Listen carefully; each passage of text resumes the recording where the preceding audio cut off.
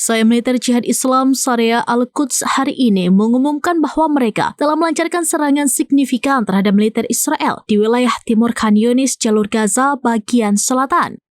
Kelompok tersebut merilis rekaman video yang disebut-sebut memperlihatkan detail persiapan hingga eksekusi operasi.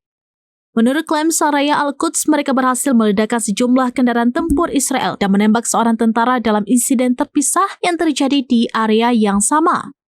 Video yang disebarkan menunjukkan personel Syariah Al-Quds sedang menyiapkan apa yang mereka sebut sebagai ladang ranjau menggunakan alat peledak jenis Taqib. Rekaman tersebut kemudian menampilkan momen saat ledakan beruntun menghantam kendaraan-kendaraan yang menjadi target menyebabkan kerusakan signifikan.